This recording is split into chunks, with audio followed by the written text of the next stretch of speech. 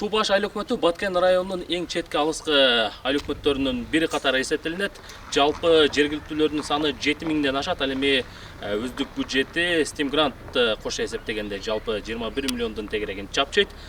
Бул жерге кайрымдуулук фонд тарабынан дагы бир нече скважиналар курулуп, электиктерге таза суу учурда толугу менен жеткирилген. Анда сырткары 90 гектар жер дагы өнүктүрүүгө багытталып, электиктерге жергиликтүүлөргө берилип, ошон менен катар бир нече сектор курулуп, жергиликтүүлөр, айыл тургундары жумуш менен камсыз болууда, бир четинен өнүгүп баратат. Мен Суу баш айыл өкмөтүнүн башчысы Дыйкан Кубанычбек Айбашевич. 2021 жылдын 17-июнунда мен бул жумушка келдим. Жумушка келгенден баштап эле ушул айылдык кеңештин депутаттары менен чогуу ар бир айылга барып, бизде өзү 5 айыл бар. Ошо айылдын көйгөйлөрүн аныктап чыктык. Анан ушул көйгөйдү чечүү максатында биз 4 негизги багытты эске алдык да. Биринчи багыт ушул эң негизги күнүмдүк элге керектөөчү социалдык вопростарды биринчи орунга койдук. Андан кийин экинчи ушул биздин айыл өкмөттүн бюджети өтө аз, дотацияда турат. Ошол дотациядан чыгуу максатында экономикалык жактан бир пайда алып келе турган ишканаларды курууну экинчи багыт деп эсептедик. Анан үчүнчү багыт өзүңүздөргө белгилүү бизде жаан-чачын көп болот.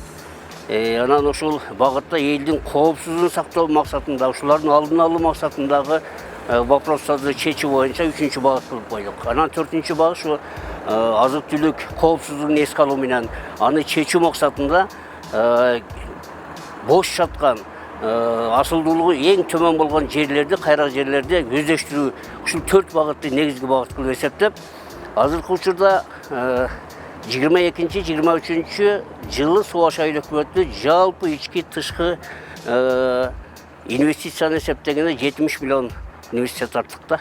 Ошолордун айрым бир гана учурун айтып кетейин мен. Мына буга чейин 30 жылдык эң көйгөй болуп келген биздин айыл өкмөтүнүн эң чоң айылы бар, Бузадыр айылы. Бул өзү 800 кожолук. 3,5 мың калк жашайт. Ошол 30 жылдан бери ичүүчү сууга суу өтө тарш болуп келген да. Ушуну колго алып 1 жылдын ичинде азыркы учурда 600 үйдөн толугу менен эсептегич аркылуу ар бир үйгө таза суу киргизилди. Азыркы учурда 5 айдан бери тынымсыз чыгып атат. Эл өтө ыраазы. Бул биринчи, экинчи анан азыр биз Апкан айылында окуу борборун ачтык, китепкананы. Анан өзүңүздөр көп болдуңуздар, жана Бузадыр айылында бир 15 жумушчу орунга ээ болгон тигүү цехин ачып атабыз. Ачылуу бирөө иштеп атат азыр. Бирок ачылуу аз эми эрте 25 ноябрга пландаштырып атабыз.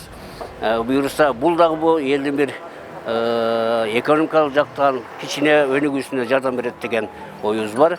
Андан кийин биз Баткен райондук өзгөчө кырдаалдар башкармалыгы менен биргеликте булардын ушу планына киргиздик эле 22-23 жылы 22 миллиондук жумуш киргизип, ошонун 21 миллион толугу менен аткарып бүттүк. Бул деген сөз канчалаган айыл өкмөттүн балансында турган жерлерди, социалдык объектилерди коргоп калууну колго алып, азыркы учурда эң жакшы шарттар түзүлдү десем болот. Анан үчүнчү ушул бизде өздөштүрүлбөгөн, кайрак, суусу жок, асылдуулугу эң төмөн жерлерди 100 гектар жерди биз элге бердик да. Азыр мына алды 3 жыл болду. Мына быйылкы жылы өзүнүн жемишин бере баштады. Бул деген сөз ошол өзүнүн айылдагы эмелерге ошол жарандар, алган жарандар ошол бактан өнгөн картошка, пияз, сабыз, коон, дарбыздарды сатып бир топ жеңилдиктер пайда болду деп эсептейм. Буюрса алда пландарыбыз көп. Азыр Бузадыр айылы менен Баткен шаарына келген 12 километр өтө тамтыгы чыккан жолубуз бар эле. Ошонун 12 километри уже титулга кирип бекилген. Азыркы учурда ушу 6-7 километр бүтүп калды. Өзү планда бүтүш керек эле. Азыр эми ушу күтүп турабыз. Буюрса бүтүп калар. Калышы 24-кө өтөт. 24-кө өтөт. Анан 24-кө дагы бир 20 000 тоокко ылайыктуу ферма азыр өнүктүрүү фондунан алдыбызга план койдук. Каласа мен мөөнөтүм бүткүчө ушуну толугу ишке ашырам деген ниетте турам эми. Канча мөөнөтүңүз? Мөөнөтүмө да 2 жыл калды. 2 жыл иштедим.